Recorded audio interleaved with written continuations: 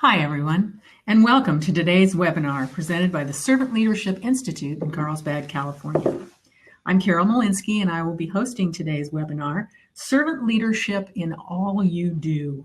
Our guide today will be Art Barter, founder and CEO of the Servant Leadership Institute and owner and CEO of Datron World Communications. Good morning, Art. Good morning, Carol. How are you doing this morning? I'm great, thank you. Good to be here. So you guys that are watching us, she's sitting to my left over here.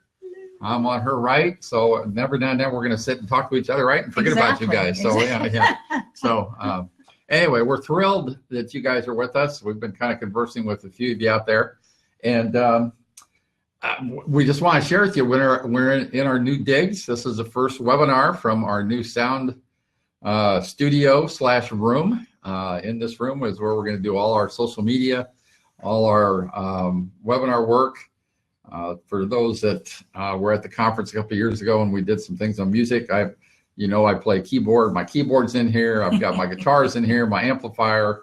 And so this is just kind of a all around healthy room for us, right? We kind of come in here and just let things go. So you guys are the first group to celebrate our new digs. And so we're coming to you from our new sound studio. So fulfillment of a vision, right? It is. That was our vision, is to create a sound room where we can do all our digital interface and just have a place where we don't have to lug equipment all over. Right? Yeah. Right, so exactly. Ryan, our number one technician that makes us look good, he knows the technology and we don't, right, Carol? Exactly. Yeah. So he's thrilled that we're over here in this new facility. Yeah, so anyway, yeah, welcome everybody. You're from all over the states here. I got some people from my my stomping grounds from Newport Beach, Orange, up in Orange County. It's great. I grew up in Tustin, California. Went to Tustin High. I was a Tustin Tiller, and went to Cal State Fullerton up there. So Newport Beach is kind of my old stomping ground. So yeah, that's glad to have you with us. Great. Well, before we get started, we'd like to invite you to live tweet during the webinar using the hashtag SLI webinars. And as always, we'll have a Q&A session at the end of our time. Here's how you can enter your questions. You'll see a tab at the bottom of the screen that says Ask a Question. Click on that tab and a window will open that will allow you to type in your question.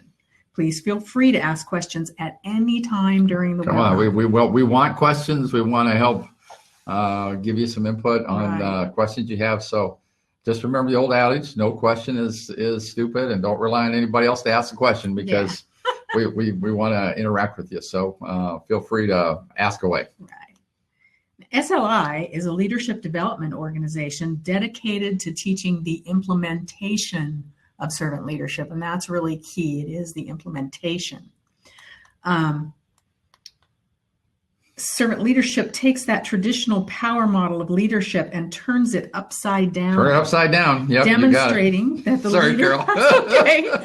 demonstrating that the leader exists to serve the people that he influences.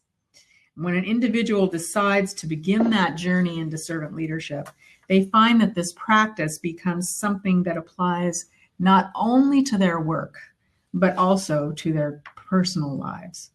Servant leadership becomes a way you look at the world. The approach to life and business becomes what will best serve the needs of other people. Yep. So to get us started, this is a big question, Art. Oh, man. I'm starting you off probably with the biggest question. Yeah. How has your life changed since becoming a servant leader? You got to ask that question right out of the chute, don't you? Yeah. Well, the first thing I want to share with you is my wife, Lori, who I've been married to now for, I think, 30 or 31 years. You better get that. I think it's 30. Perfect. Yeah, I know. Doesn't seem like that long, but she once told me, she says, if servant leadership can change you, it can change anybody. Now, I love Lori. I love her because she talks straight. Sometimes I wish she'd talk a little less straight, but I love her anyway. So, it's changed my life quite a bit. I've probably learned to become a better listener. I've learned a lot about grace and forgiveness. I've learned that there's nobody that's perfect, starting with me, and that I think if people if I want to have people transform their behaviors in the organization, the person I need to start with is myself. Because if I don't exhibit those behaviors, then the rest of the organization is not going to change. So my relationships have gotten better. I've learned how to deal when my power leader behaviors come out of the closet, which means I've learned to tell people I'm sorry more often. I probably do that more today than I've ever done in my life, just because I'm sensitive to what I read in other people's lives. I become very good at reading people's nonverbal communications and very sensitive to their feelings. So those are all the good things that have happened. Some of the downsides that I still deal with as a leader is impatience. I want people to get it right as fast as I think they can get it. You believe in people more than at times they believe in themselves. And I think that's the biggest challenge for servant leaders is you see something in people that they don't see themselves. And they can do it. And helping them to believe in themselves is probably one of the biggest challenges I've found as a servant leader in helping people. So those were kind of some of the things that have changed me. I'm still not perfect. I will never be perfect. I'll still make mistakes, right, Carol? Yes. Yes. And as will we all. And we all will. The difference is I'd probably say I'm sorry a lot more often today than I do in the past. And I will tell you, for me personally, the journey has been worth every second, even the times where I feel like I'm failing, because this journey of caring about other people, especially those that you love the most, in a different way than you have in the past is worth the change in the relationship you're going to find with people. So people will extend grace when you make mistakes in a servant leadership environment. They won't hold it against you. And that's real special because we all make mistakes. So for me, my relationship with my kids changed dramatically. My relationship with Lori changed. A lot of relationships at work changed, mostly for the better. Some not for the better because we didn't see eye to eye on servant leadership and behaviors that are required behind it. And that's okay. It doesn't make people bad. It's just you help them be the best they can be in what they believe in. And so that part of being a servant leader is also a little bit tough. Yeah. I was talking to another leader a couple of days ago, and they asked, how do you deal with turnover? And they talked about investing in people and then watching those people leave the company. And I said, we used to get uptight about that because we invest a lot of money in training and servant leadership, and then they'd leave. But we came to realize as we became more mature as servant leaders that we needed to celebrate that transition, because if we grew people to the point where we didn't have a position that they could continue their growth in, isn't our role as a servant leader to let them go into an environment where they can grow more? So celebrate that transition, right? But continue to invest in your people. Don't get uptight because, man, I put all this time in this person, they decide to leave. Grow them to the point to where they can go do what they want to do, and then celebrate that transition, right? And we've had times where we sit down and go, oh, well, offer more money, offer them this, offer that. We go, no, we need to celebrate and make this transition as best as possible we can for the individual. So those are kind of things that I've changed in my thinking. Hopefully that helps you a little bit in your transformation as well. Yeah. Well, here's another sort of very popular topic right now, which is work-life balance. Art, you have a different approach to this. You call it life-work integration. That's right. Explain life-work integration to us.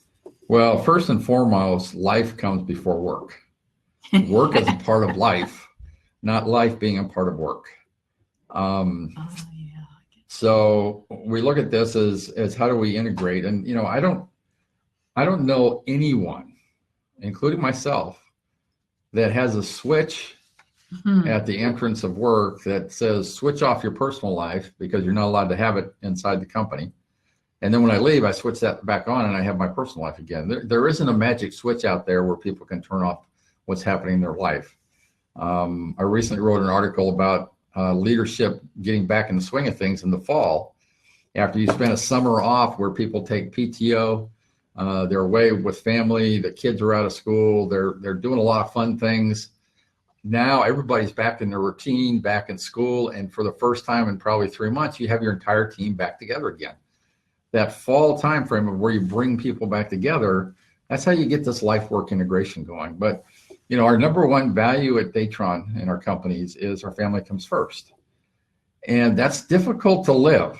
It's not easy. It's easy to say, it's difficult to live. But we believe that there isn't one individual in this company, including me, that if I'm not here and I need to take care of my family and I go take care of them, the company's going to survive. So don't get caught in this trap that you're indispensable, because you're really not. The company's going to keep going. There's no such thing, right? But people have life issues that impact their work. And I probably started to understand this in my servant leadership journey when my parents needed to move out of their home and we moved it into an assisted living. And they started that season of their life where I started to serve them in a different way than I've ever served in my life. And that took a lot of energy, a lot of time. And for me to do it effectively, when my mom called and she had issues, and she said, I need you to come over and help me. I needed to go over and help her. And those are the type of things that life throws at you. And you need to go take care of that. How do I say no to my mom? I can't say no to my mom. So people live in their life. Their life has issues and challenges. They bring those challenges to work.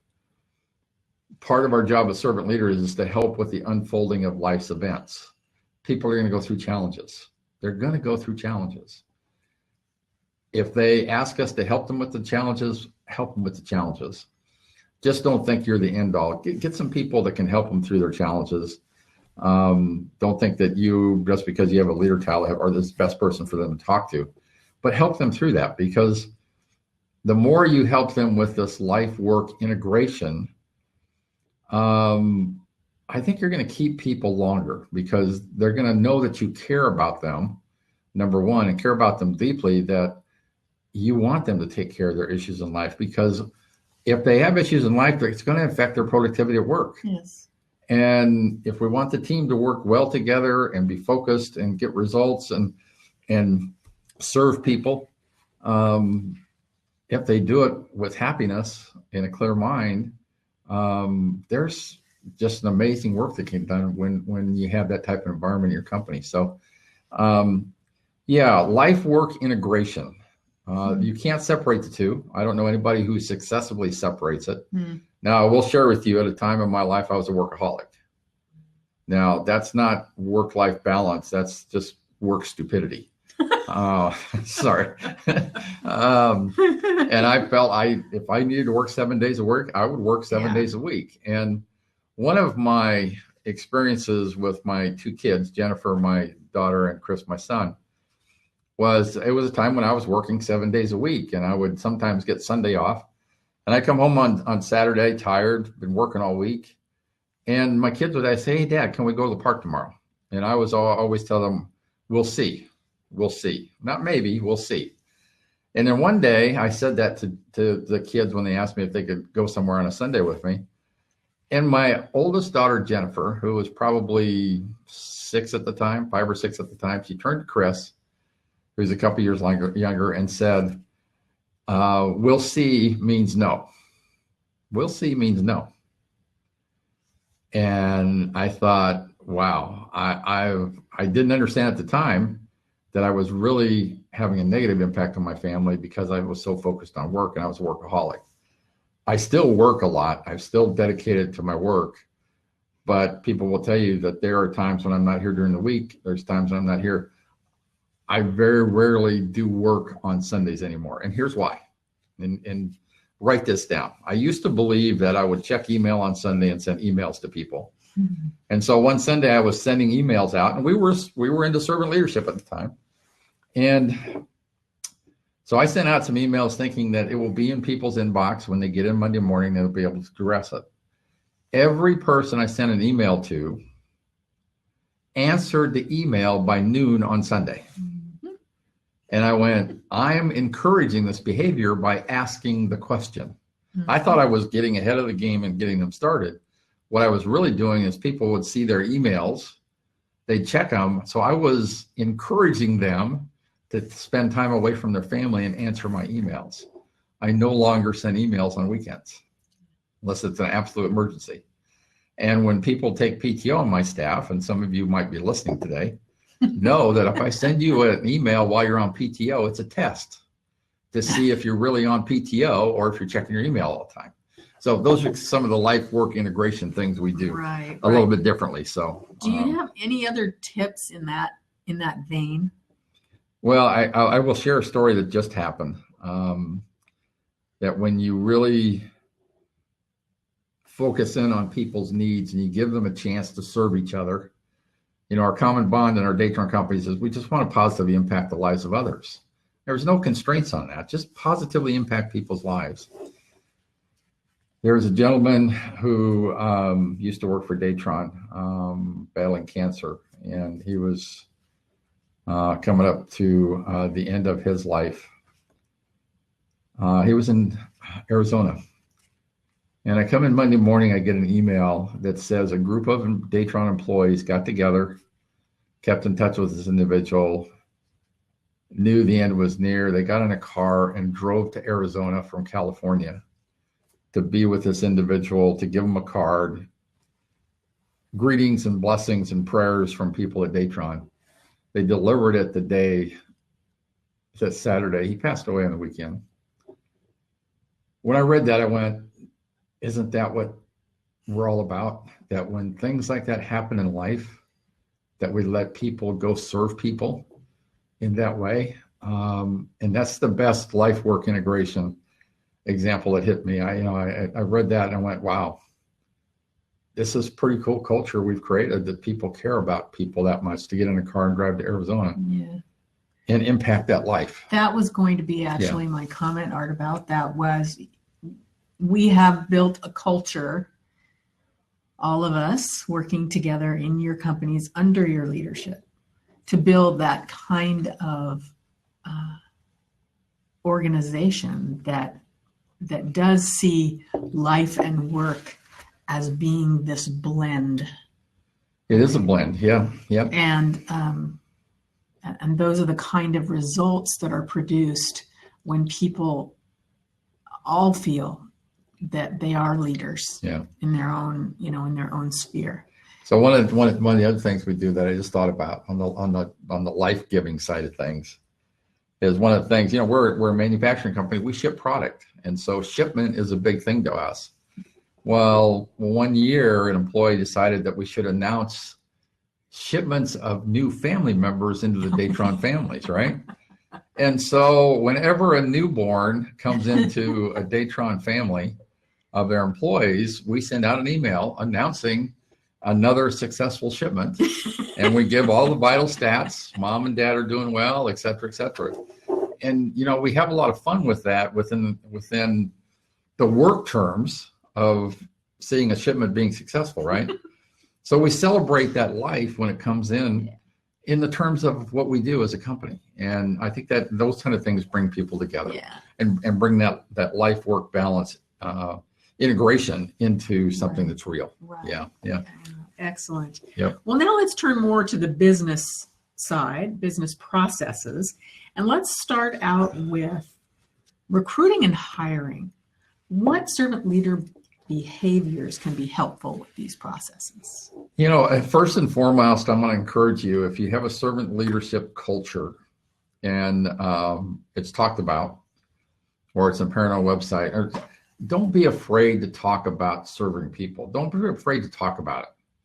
I will tell you that when we put the word servant leadership culture into our ads, wherever we place them, most of it's done electronically these days, we get people who respond who go, I wasn't looking for an opportunity, but I saw this and I wanted to come talk to you to see if you were for real in the servant leadership culture that you said you had.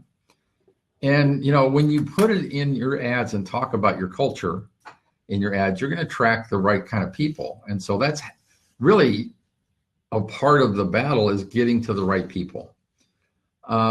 Secondly, I would encourage people to hire for character first and competency second.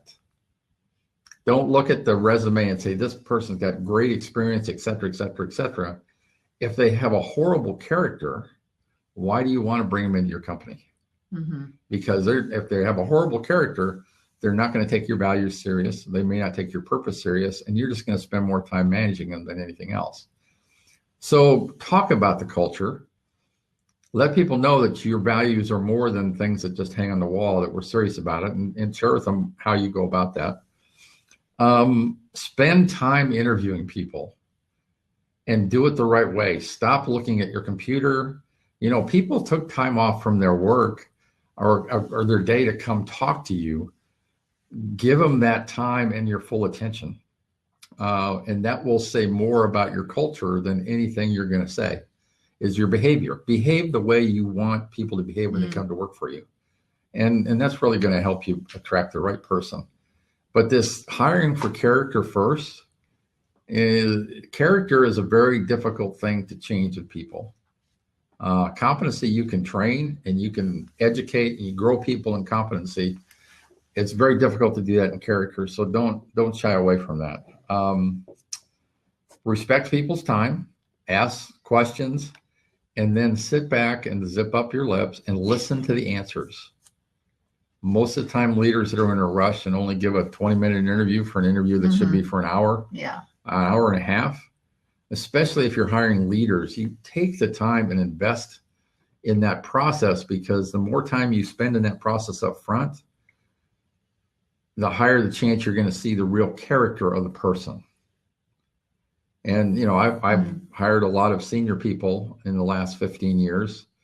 And I always have comments from people after we hire them and go, you know what? I interviewed more hours with Datron than I did any other company.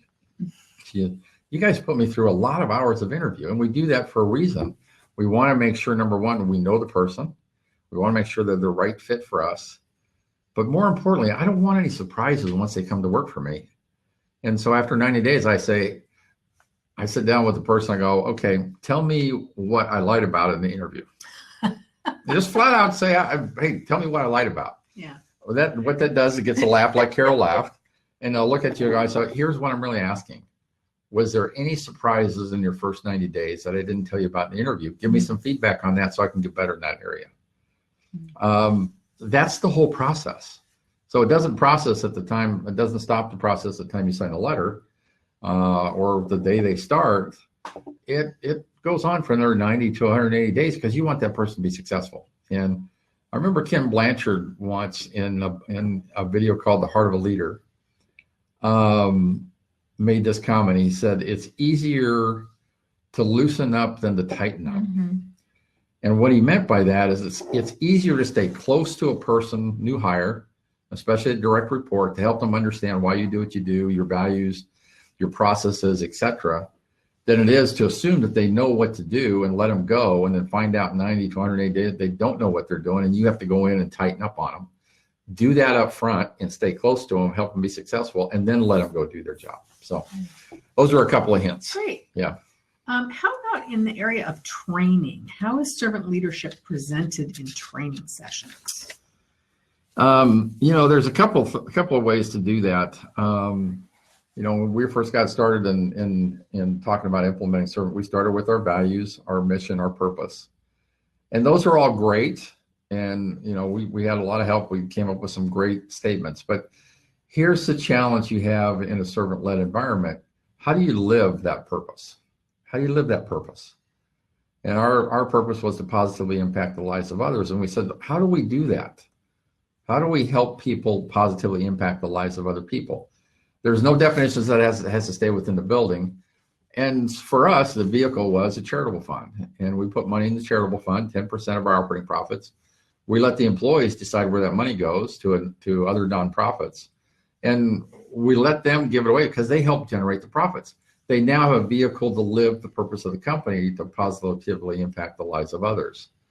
That means a lot to people because they may have cancer in their family, they may have heart disease, they may have epilepsy, MS, and organizations out there have helped their family members through it and they want to give back to them.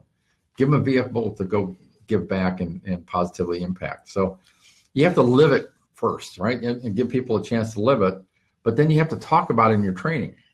Don't assume just because you set it up that everybody knows about it. So talk about it, train about it, and don't assume that everybody is all the way there. Now let's get down to the meat of it. Servant leaders meet people where they are. And the first thing I always like to know in a group of people that I'm training is, where are they? Where are they in their journey? Where are they in looking at their values, their purpose? Where are they as a company? How can I add value to where they are today? So if I talk about training people in servant leadership, I may have a mix of people who are just starting their journey, have been on the journey for 4 or 5 years, or maybe 8 or 9 years. And so if I come in and do elementary training for the group, I'm going to have 2/3 of the group pretty bored. So devise your training to address all the needs of people that are going to be in attendance. And what we do with new employees today is we have new employee training. And then every year we do a refresher in servant leadership that we put everybody through. But what's important, understand where your people are so you can give them the tools to help interact. And one of the things we like to do is engage with people every 15 minutes or so. Get them to do something, interact. Everybody's seen me do, a lot of this stuff and a lot of this stuff with people. We do that to get people engaged. So get people engaged in the conversation of implementing servant leadership to help understand the training you're trying to get across. Yeah. The experiences that you get through those group exercises that you give time for people to talk and experience and play games. And I know corporate people, they don't like that. We don't play games. We do work. Well, no, you do play games. And if you give a team building event to a group and let them experience that, I will guarantee you the relationships within that team are going to be stronger at the end of the training session than at the beginning. But if you give them something that is totally out of whack for them, you still have to meet them where they are with whatever exercise you want to put them through. Understand who you're training, understand where they are, and understand what they need. Now you're ready to serve them with great training that will help them grow from where they are. And that's probably the biggest mistake a lot of companies make, is they just do the same training with everybody. And then as they go up the ladder into management and senior leadership, they go, well, these guys don't have time for the training, so they water it down. Big mistake. Mm-hmm. You got to train everybody in everything. And so we decided from day one, we're going to develop training. We're going to train everyone on the same training. So everybody gets the same verbiage, the same thought process, the same experiences. And so when teams get together outside of training and they start talking about their experiences of training, now they have something to share. And now you can let that training take hold. Mm-hmm. And the most important thing that you can do as a leader in training is once you've invested in people, you've trained them to do things and they're getting it, get out of their way and let them do it, right? Get out of their way. You've trained them. They've accepted the training. You invested in them. You have confidence in them. You trust them. Now get out of your way, get out of their way and let them do their job. And you'll be pretty amazed on how you do that. So a couple of hints there. Anything I missed, Carol? Well, you've been through all the training. The one other thing I think I would add is, for some of our folks, we know some people out there in our audience may not have the ability to have a formal program right now. Right. Mm-hmm. And so I would just say, take advantage of those teaching moments that you have with the people you lead. Exactly. Because you can pull in those elements of, why are we training to learn how to do this? What meaning, what bigger picture meaning does it have? Yeah. Pull in your company values, make them real in that way. And even in those small sessions, even if it's a one-on-one, you will be training and they'll be growing as servant Yeah, leaders. and once you build that trust with people and they know you want to invest in them, help them grow, those informal sessions Carol's talking about will happen like clockwork. Yeah, and it will Because- become easier for the leader. Yeah, leader and The more they talk about Yeah, it, exactly. practice it, all that. Great point, Carol. Yeah, thank you. Thanks. So next topic is, now we're going to zero in on actually the people we were kind of just talking about. At the department level, what kind of things can you do that are going to enhance servant leadership and bring out those behaviors that you want to see people do? Spend time investing in your people. Spend time talking with them, giving them feedback. Spend time listening to them.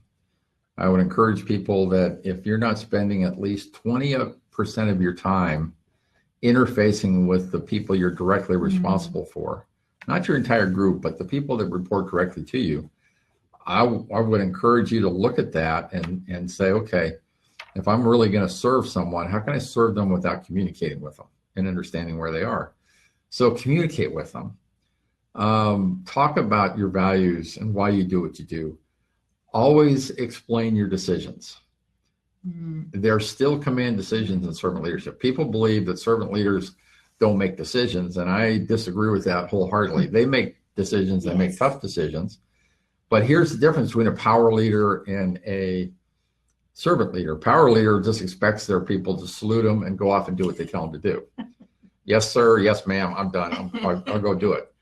A servant leader will make that command decision, but within some time frame after that decision, they'll come back and they'll help explain and teach the person why they made the decision they made. Do you want to know why I made that decision? Do you know why I'm not going to sign off on that deposit? Do you want to hear my reasoning behind it?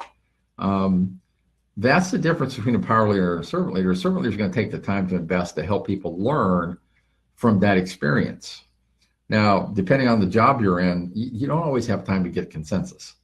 And some jobs where you talk with police or firemen, you don't have time to get everybody together to do consensus. You're going to make that decision, make it, move on. Right. But always come back and explain to them why you made that decision and reinvest in them. And that part is really important within the department, because the better your people can understand why you made the decision you made, the faster they're going to grow. And, you're going to have people who can step in your shoes. You may not like that. You might be threatened by it, but I get excited about it. So people can step into my shoes and take care of things. Share customer stories with your folks. Yes. The stories that go on in the field with your salespeople, where you've served people and they're thrilled with your service, or, they send an email and go, thank you guys for being there, etc. You always go back and tell people the story about the experience that they had. Here's a great experience of what a customer had. When you don't have a great experience, share that too, because people have ideas on how to improve that. But share the stories of what your customers, your vendors, your suppliers see when they deal with your company, because that will help re-ingrain in what you do. I like the idea of one-page plan. We do a one-page plan where here's the initiatives we're looking for the next 90 days. Here's our goals here. Here's our goals here. Now, they're not hard goals, but it sets a priority on what we're going to work on for the next 90 days. And we picked 90 days because priorities in companies change almost daily now. So how do you communicate that with your team? And we found a one-page plan. If we have a list of initiatives we meet once a week, or the team meets once a week, goes through it, rates where we are, discusses what we can do to get back on track. And everybody's working towards the same goal. And so that's important too. And then we use the GRP, goals, roles, and process. And when people are confused about the process or what you're going through, what's the goal? What's the role of everybody in your team? And what's the process you're going to go through to get there? Goals, roles, process, GRP. you don't have to do that all the time with things, but there are times in an environment where it's changing a lot where it's important you take those 10 or 15 minutes to go through goals, rules, and process. Yeah. So those are some things you do. Yeah, and those are such great things. And I think, if I can just emphasize something about what you said, Art, it's, people have a tendency to think that they don't need to use those kind of techniques at a department level. Like they may have a department that's 3 or 4 people. It doesn't matter. That does not matter. Yeah, it doesn't. The important thing is that everybody knows what the game plan is. Right. They've looked at that one-page plan. I mean, I've been in situations where I periodically would pull out that one-page plan and check, okay, am I on track? Am I spending my time working on the things that we've decided are our goals? Our goals, right, yeah. Instead of 90 days later, I come to you and I go, look, Art, look at what this great thing I did. But it has nothing to do with what our goals Right. I remember one year in the leadership team, we were going through those challenges. And I made the comment that, we set our goals at the beginning of the year. I told you that year, if we didn't accomplish these and you worked on a bunch of other stuff, you weren't going to get an increase. And that was my way of saying, I'm serious about these priorities. Right.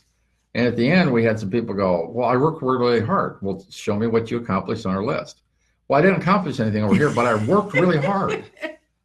Okay, well, that's great, but I didn't ask you to work really hard over here. I asked you to work really hard over here.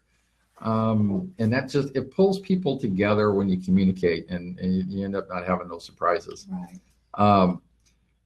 Don't believe, and I'll finish this subject up with that. Don't believe that you have to have a directive from the top to go do things within your department. Now, people ask me, how do I implement servant leadership? But my CEO doesn't believe in it. I said, start with yourself. Start with your own department. Right. Because what I know is once you start doing that and treating people with dignity, respect, and behaving like a servant leader, you're going to get results. Because people are going to be on board with what you're doing. You're going to get results, and people outside your organization are going to see it. And they're going to go, what's going on in this group over here? Because they're having fun and they're getting results. How do I get what they have? And you'll start influencing outside your group because you started with your group. So start with yourself and start with your group. Yeah. Okay, great. And before we go to questions, let's talk about one more subject, which is how do we reinforce this servant leadership culture in our performance appraisal process? Well, I'll share with what I do with my senior team. We have 9 behaviors of a servant leader, and we have values. When I sit down and do an annual review with my senior leaders, I go through the values and I go through all 9 behaviors, and I give them a rating from 1 to 10 on where I see them today. Now, what's interesting is I don't use that rating in my evaluation of their work performance and the results. I'm sharing where I see them today, and that generates a conversation on why did I get marked low here? We start a conversation, and I ask them to pick 1 or 2 behaviors that you're going to work on in the next year. Now, I don't make it threatening, so I'm not going to rate you on values and behaviors. I'm going to give you feedback. I expect you to improve in it. I'm putting it on the table saying it's important. I still have to get results as a servant leader, so I'm going to rate you based on your results of what you were hired to do. But I'm going to give you some extra feedback, and it's going to be done in a safe way. I don't use them as a hammer, is what I'm trying to tell everybody. If I don't use it as a hammer, then it's different. So that safe environment, and I would, you don't have to wait until the end of the year review period. You can do that once a quarter or once every 6 months, or if you're having someone that's having a difficult time behaving a certain way, sit down and talk to them and share it with them. And so that's what I do. I do it in a safe way. And I say on the page I give them, I said, I'm not considering this part of your review. This is where I see you are in your growth and servant leadership as of today. And here's where I'd like to see you work on and improve. And that's in a safe environment. Yep. Okay, great. Yes. And so now it is that wonderful time to go to questions. Yes. And so we have one here. Dr. Roberts, should helping others be part of the employee evaluation process?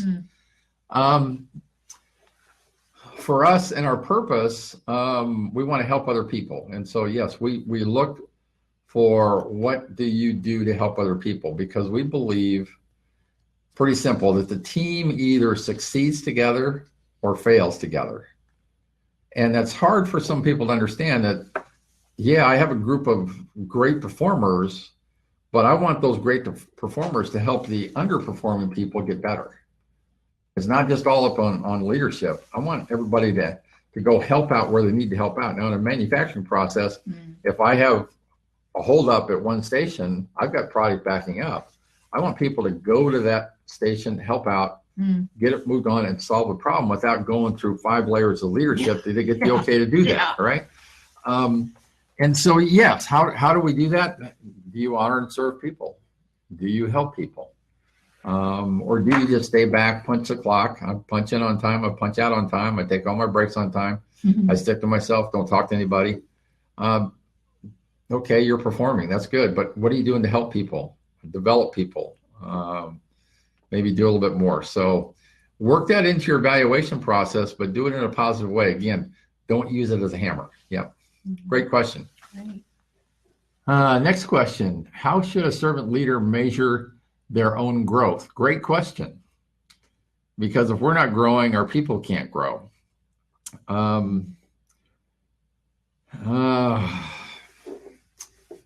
I would have you as a leader ask the people that report directly to you, if you have values in the company or behaviors, let them tell you what behaviors or values you should work on to improve.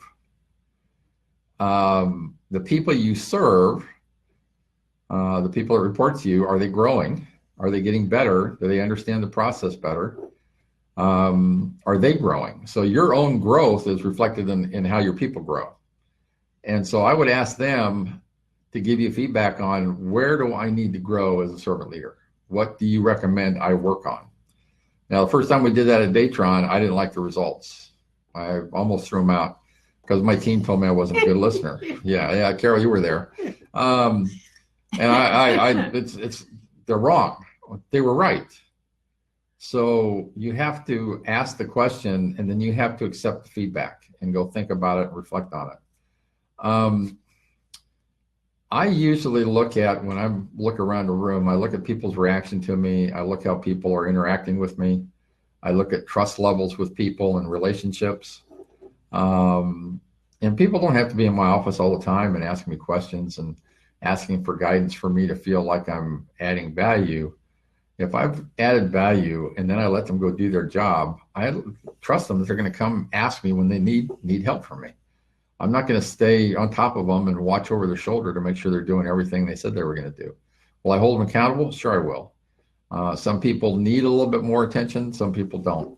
But that's how I measure my growth. I look around me and say, do people want to come talk to me, or do they not want to come talk to me? Yeah.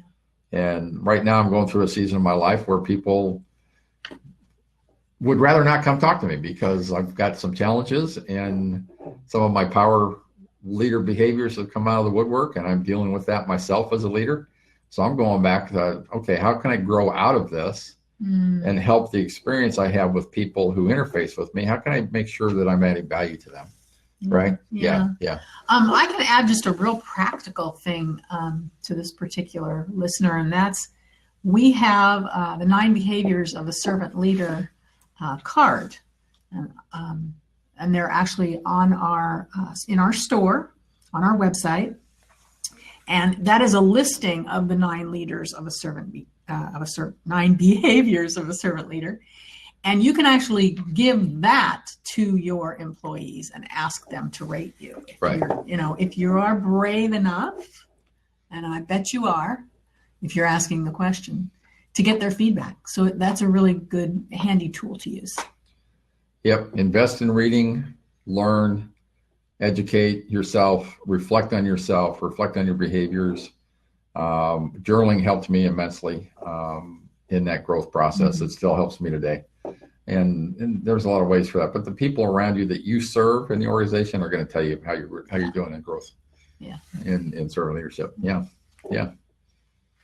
Great question. No new questions. Did we answer all the questions already?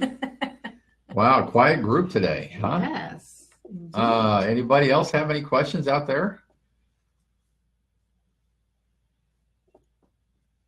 We had some requests for the 9 behaviors. We kind of put that out there in the comment section, I see.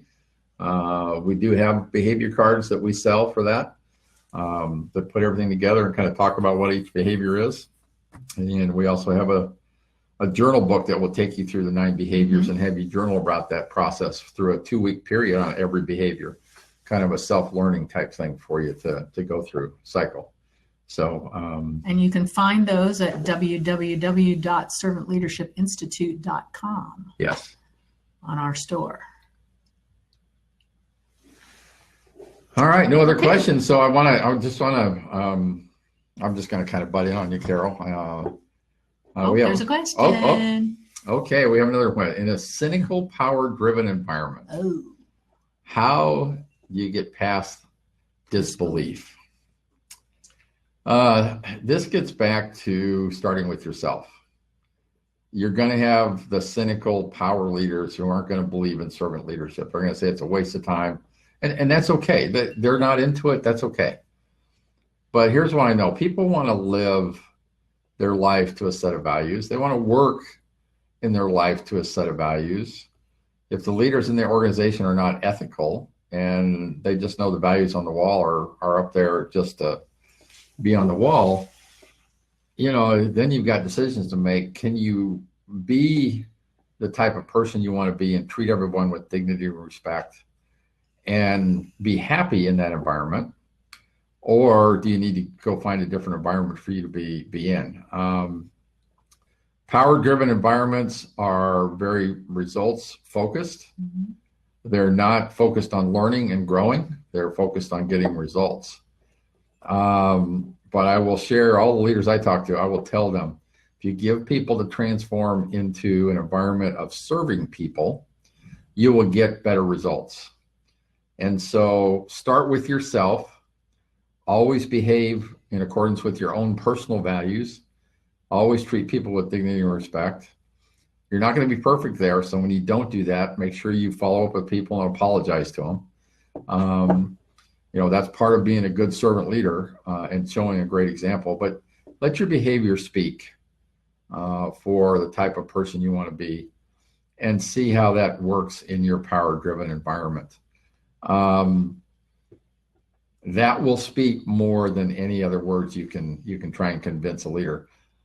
I've always said from day one when we started SLI, I don't want to get into debate on whether servant leadership is good or bad. I believe it's good. I've seen the experience. I've implemented it. I want to invest in people who want to make a difference and do things differently to help people. That's where I want to spend my time. And unfortunately, in the power world, there's going to be people who won't buy into that. And you know what? I've decided in my lifetime, I'm not going to invest in that person who doesn't want to change, because the likelihood I'm going to change them is very, very small. I'd rather go influence leaders who want to influence other people and make a difference in people's lives. So start with yourself. Make sure you're behaving to your values. Hopefully they'll be in accordance with the values of the company. And that way you can look in the mirror and say, I know I've done what I'm supposed to do according to the way I want to be. And if that isn't good enough, then you need to find a different environment where you can survive and be happy. Because happiness in life, that life-work integration, happiness is a big part of that relationship. Yeah, but good question. Yeah. Will there be a web link for this recording at this event? Absolutely. Our webinars are all available online. ServantLeadershipInstitute.com, I believe. We also have a YouTube channel you can find the link on and listen to. They're all free, so please listen to it, pass it on. We'd like to influence people even when we're not live. So that's the reason we like to do this, is make all these recordings available to everybody. So yeah. And as we mentioned before, I think that's it on the questions. Yep. You can visit our online store for books and digital products that we know you'll enjoy. If you're looking for more inspiration, you can subscribe to our podcast and YouTube channels for more downloadable content. And don't forget that Mr. Art Barter here would love to share his servant leadership knowledge with your organization. So contact us for more information about bringing Art to speak to your group. And you can email us at info@servantleadershipinstitute.com. Here are some other ways you can connect with us. We have podcasts, webinars. You can follow us on social media. And here's something a little new. If you follow us on Crowdcast, you'll be notified of our upcoming webinars. What's Crowdcast? Is the tool that we're I using. didn't even know we were on Crowdcast, so that's great. All righty then. I love the social media world. It's moving a lot faster than I'm moving, so that's great. Yeah. And so, drum roll, please. We want to take this opportunity. Let me take this one. Okay, Carol? Okay. Take it away. We have our annual conference coming up March, 3rd through the 5th in Carlsbad this year. Yeah. It's going to be a lot of fun. Carlsbad is our hometown. It's where we're located, so we're going to have a lot of fun here. I'm excited because I get to sleep in my own bed every night, which is cool for me. But at home, that is. And our theme this year is, are you able? Are you able to be a servant leader? Are you able to listen to me, other people you get inspired by, to learn about being a different type of leader? Are you able to serve first? Are you able to build trust? Are you really able to listen to understand or live your values? Are you able to reflect and think about your thinking? Are you able to add value to other people, to increase your influence? Are you able to live your transformation as a servant leader? And are you able to admit mistakes and ask for forgiveness? And are you able to extend grace in this very, very interesting world we live in today? Are you able to treat everyone with dignity and respect in all that you do? Are you able to put servant leadership to work in all aspects of your life? That's what we're going to explore. We're going to bring you some great speakers. We're still working on a couple. There's one I'm really excited about. I want to talk about it, but we haven't got it set yet. That's going to get into a lot of the happiness stuff that we're talking about. And, this life work integration is very important. Are you able to put your life first and your work second? Are you able to let your people do that as well? And are you able to create a culture of collaboration, of working together, of team success? We believe you're able. We want to add value to your capabilities, your competency, and we would love to see the character. We love seeing the character of our attendees. So are you able? Come on over, learn a lot about yourself, learn a lot about your team. We're going to challenge you, but I think it's going to be worth every second. So we're excited about the theme this year. So absolutely. Very excited. Come join us, sign up, get on board. Let's go. Yeah. And as some people out there know, and I'll just make the comment of, we keep these gatherings with a very intimate vibe. We do. If you will. Yeah. And so you want to reserve your spot now. And the early bird rate is in effect for a little bit longer. Yeah, like Carol said, we like to keep it around 250. We pushed to 300. We did 350 one year. It's once you get past that point, you kind of get lost in the crowd. We don't want you to get lost in the crowd. We want you to meet people who are doing things to learn from, to talk to, and that's the environment we try and do to serve you best, is create that networking opportunity where you have time to go talk to people, learn from other people, not just the people who come talk to it at the conference. So get online, sign up. Carol's right. You need to sign up, because once we meet our limit, that's it. So visit our conference website at, again, www.servantleadershipinstitute.com for lots more information. So, sir, we are to the point where we would like to have your final thoughts before we close for today. We love serving you. We love doing our webinars and hanging out with you. We love adding value to you.